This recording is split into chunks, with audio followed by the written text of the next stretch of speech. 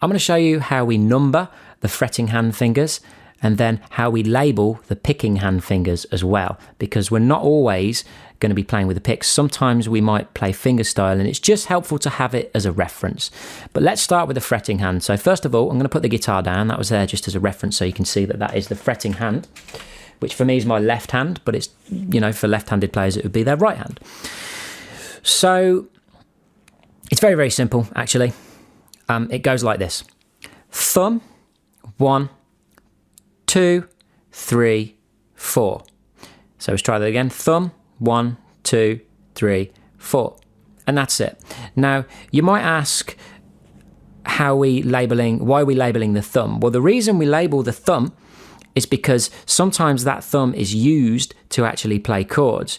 But the careful thing we don't want to get mixed up with is piano hands, okay? Because with the piano, and this is useful for you to know because you might come across this or you might already play the piano a little bit, the piano is 1, 2, 3, 4, 5. But the guitar is thumb, 1, 2, 3, 4. And that is how we label the fretting hand fingers, and you'll see those fingers come up on chord diagrams. It'll either be the number that's written inside the circle on the diagram, or sometimes the fretting hand numbers will be written below the chord diagram. But you can see the chord diagrams video to help you out with that. And then for the picking hand, if we were to play something fingerstyle and we weren't using a pick, we would label it as follows, and it comes from the classical world. So we have, I'm trying to orientate my hand correctly here so you can see it, but we've got a P, I, M, and A, and then we tend to call the pinky pinky. So these are from Spanish words, and I'm going to try and remember them now just on the fly.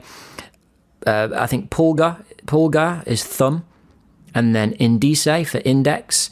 Then you've got M for middle, and I think it's called medio in the classical world, again from Spanish. And then we've got annula, which is like your ring finger. And I don't know if there is like a classical name for the pinky, because the pinky is kind of like the odd one out. It doesn't get used very often. That's not to say you shouldn't train it and use it, but that's just something that tends to happen because it's the weakest finger. But we just call that one pinky. So let's just do that one more time. P, I, M, A, pinky. Okay. And that's it. So if you ever come to play fingerstyle, you'll know how to do that.